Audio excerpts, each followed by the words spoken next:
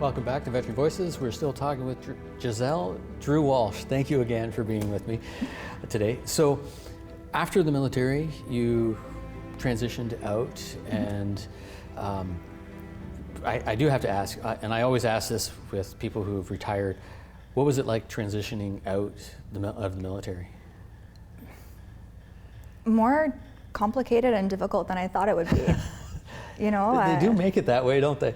Gosh, and it's still so recent, but you know, I think one of the issues is that just dealing with like suspicion and paranoia and issues with trust and everything. There's always that part where I'm like, is this really being done right? Like, what's going on here? Like, what? Like, so it's really difficult in that sense. Like, not necessarily even administratively.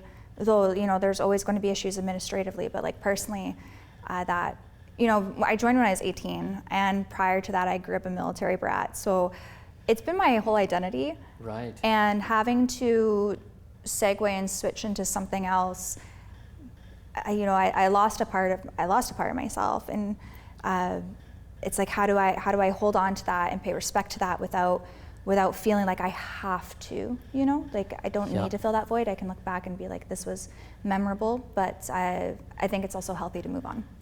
Well, and that's it. Like, a lot of guys get stuck because they have lost their identity, because it's been their whole life, and now they're not that, so they hold on with, you know, all their nails. It's good to see that you're finding other avenues. Now, of course, there is the big elephant in the room, which, you know, it's the great big giant sash, you know, the Mrs. Canada Universe sash. So you are, from what I hear, the first servicewoman to have earned a national title. Yeah, national Canadian title. National Canadian title. Okay, so how does one become Mrs. Canada Universe? Oh, okay, so this is actually really funny. I never thought pageants were a thing in Canada. I loved the movie Miss Congeniality growing up with Sandra Bullock. She's gorgeous, and I really identified with her, like when she had to learn how to do the walk and like be graceful.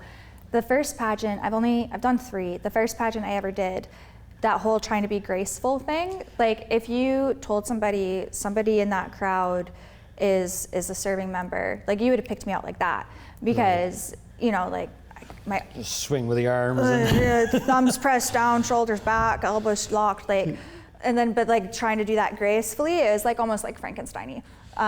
Not great. So a lot of practice has come with that, definitely. So yeah, as far as how I got into it, or getting into it, now that they're up and coming in Canada more, everyone knows the big pageants. Miss Universe, for example.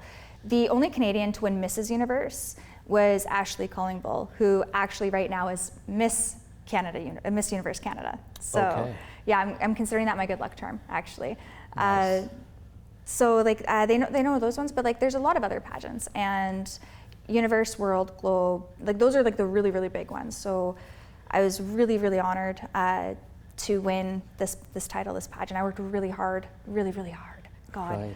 You know, like when people were like eating, I was practicing my walk, practicing pose, you know, making sure when it says like when I was joking about recce's and like how you prepare, like, okay, like what did the last few years, what did the pageant winners wear? You know, what was the location? What are similarities that I can find? Like anything that I could better prepare myself for it, right? Just got the map on the wall with strings across That's everywhere, what's going on right now. Like as I get ready for Mrs. Universe in South Korea, that's kind of what I've got going on, yeah. Yeah, and that's exciting too. Like, so you've won Mrs. Canada Universe, and now you're moving on to the Mrs. Universe. Yeah. I have to ask though, is when you got crowned, you're standing on stage for the first time, and when did it sink in that, oh my goodness, you won? Honestly, it's progressively sinking in. So I would say probably it like hit me a few days later when my phone just like was going, and I was so exhausted, and I was like, why am I so tired? I'm like, oh yeah, That's why, yeah. And it's been like sinking in more. The more events that I do and people that I see and those that I reach out to and vice versa, it's been sinking in more, but like in a really good way, where I've been really able to lean into it. Right. You know, I tell people that, unfortunately, and like I say unfortunately because you would like to think that regardless of your title, what you wear, who you are, like you should be able to reach out and advocate and help people out back and forth and have people talk to you so you can make people aware of what your platform. And I say unfortunately because that doesn't really happen all the time, right? That's the reality. Exactly. Right? Yeah. But when I have a title like this, people will listen, and people have been listening.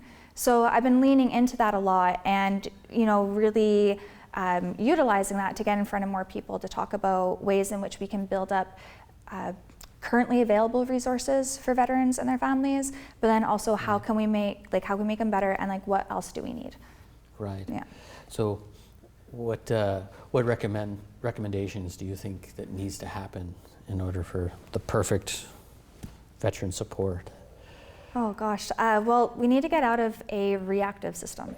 I mean, everything that we do, it's always reactive. Like this thing happened, so like now we've got to do this. Like we need to be more in a proactive state, preparing and being ready for things that may or may happen. And which is crazy to me because we do that regularly.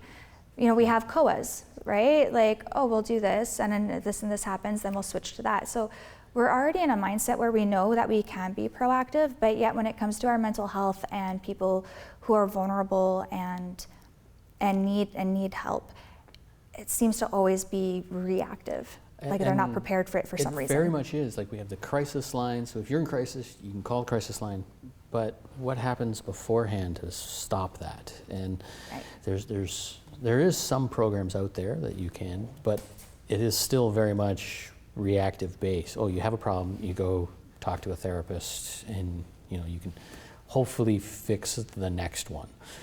But that doesn't really stop the first one, right? Exactly. Like, what can we do to avoid this even becoming a crisis in the first place? What things can we have put in place? I mean, like I know that MFRC works hard for that within the the bases and the confines of the base and everything, but there still could be more, and that's what I love about veteran businesses, veteran-owned and operated businesses, because they understand that, and I see a lot of initiatives coming up from them, and I love the fact that I can use this title to now highlight those.